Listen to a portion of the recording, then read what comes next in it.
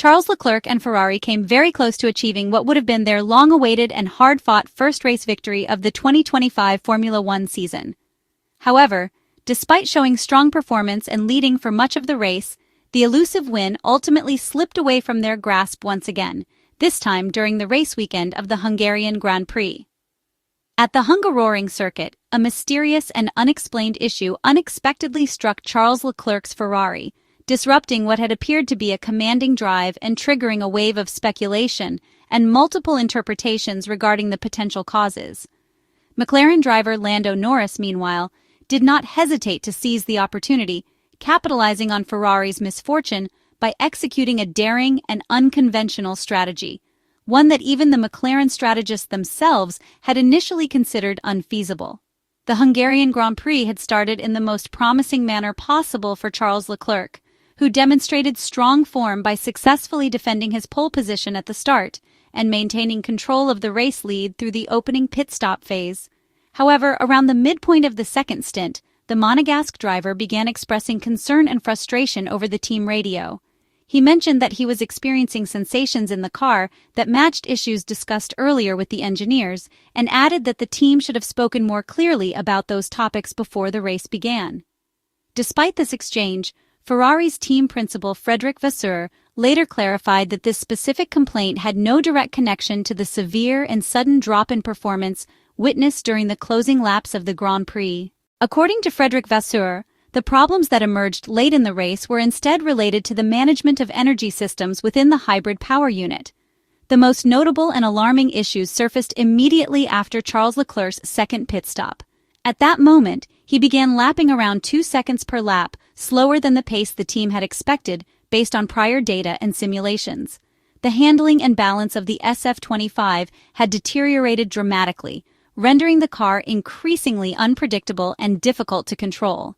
This situation was clearly reflected in the tone and content of Charles Leclerc's subsequent radio messages, during which he described the Ferrari car as being completely undrivable. The visibly frustrated Monegasque driver also expressed his disappointment with the team's decisions, implying that they had failed to listen to his earlier warnings and that the issue might have been handled more effectively with better communication. Later, during his post-race media interviews with journalists in the mixed zone, Charles Leclerc took a step back from his earlier criticism. He stated that he needed to withdraw the comments he had made over the radio and admitted that, although he initially believed the problem stemmed from a particular source, he was provided with more accurate and detailed information once he had exited the car. According to the official explanation provided by Ferrari, the issue was linked to what was described as a chassis problem. In the context of Formula One terminology, this is a broad and generic designation used to refer to all mechanical and aerodynamic parts of the car, aside from the power unit. This includes elements such as the floor, suspension systems, and bodywork components. Speed trap and telemetry data revealed no clear or sudden loss in straight-line performance, effectively ruling out the theory that the team may have switched to a more conservative engine mode to protect the power unit. What remains curious and somewhat puzzling is that Charles Leclerc was not directly informed via team radio about the exact nature of the technical issue that was compromising the performance of his SF25 chassis. So let's take a look at the theories behind the failure. One plausible explanation is that the Ferrari engineering team themselves were unaware in real time of the precise issue affecting the car. This would have required a more thorough post-race investigation and analysis to determine whether any component may have been accidentally damaged during the release of the car from the jack at the second pit stop. However, this scenario is generally considered to be highly improbable.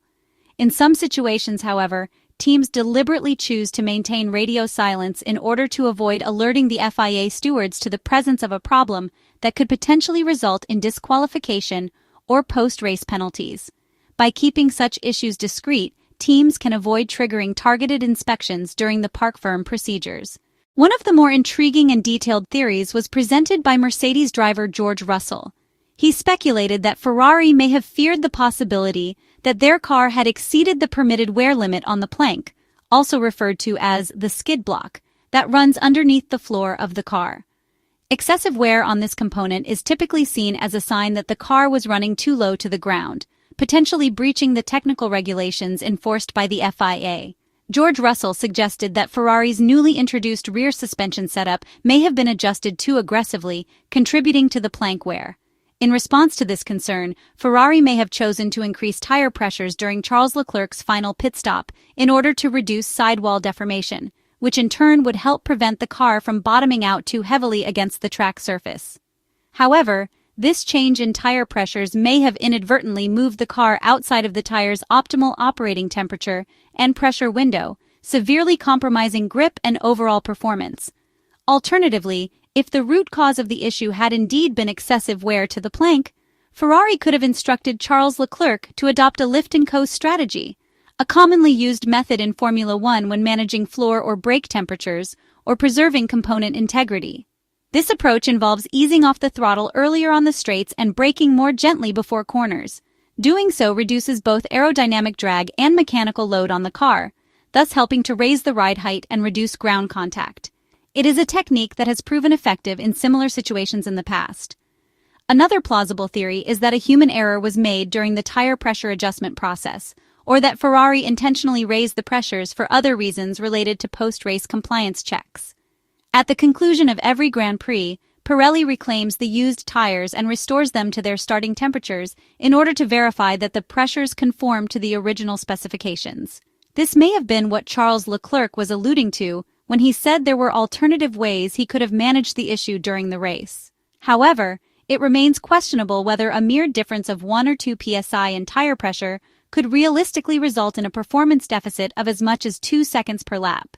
Regardless of the true origin of Ferrari's sudden performance collapse, the situation clearly represented a major lost opportunity for both Charles Leclerc and Ferrari, one that British racing driver Lando Norris was able to exploit to full advantage. After a suboptimal race start, where Lando Norris lost positions, he managed to recover well and overtook Aston Martin driver Fernando Alonso. However, the McLaren driver lacked the pace necessary to challenge and overtake George Russell on track. Faced with limited strategic options and little to lose, Lando Norris and the McLaren team opted to gamble on a bold one-stop strategy, an approach that had not even been included in the original plans developed by the race strategists at McLaren. At the Hungaroring circuit in Budapest, Lando Norris once again demonstrated that although he may still be developing his skills in aggressive wheel-to-wheel combat, he possesses an exceptional ability to manage tire degradation over extended race distances. His performance yielded a significant step forward in the standings, while also delivering a historic and symbolic victory for McLaren, their 200th win in the history of the team. This major milestone underlines the strength and resilience of the Woking-based outfit, which has shown the ability to bounce back from difficult periods and consistently re-establish itself among the frontrunners of Formula One, across vastly different technological, economic, and regulatory eras. The Formula One paddock now enters its scheduled summer break, allowing teams and drivers a brief pause before returning to competition for the final stretch of the season. The calendar includes 10 remaining races, which will ultimately decide the outcome of the 2025 Formula One World Championship title. The second half of the season is expected to revolve around the growing battle between McLaren teammates Lando Norris and Oscar Piastri, whose intra-team rivalry could shape the title fight. Ferrari, depending on its development and consistency, could potentially play the role of kingmaker in this emerging championship duel. Recent technical data has confirmed that Ferrari has made significant improvements in rear downforce generation, thanks to gains unlocked by its updated rear suspension layout. This was particularly evident during the early stages of the Hungarian Grand Prix, when Charles Leclerc was able to build a gap over Oscar Piastri's McLaren car, while maintaining strong and consistent pace on worn tires. Andrea Stella, the team principal of McLaren, acknowledged that the McLaren drivers were pushing their cars to the absolute limit, but Charles Leclerc still appeared to be in control of the race pace. The former Ferrari race engineer added that he was not surprised by this, and expressed the belief that the Maranello team would likely emerge as a serious contender for race wins over the remaining events of the 2025 Formula One season.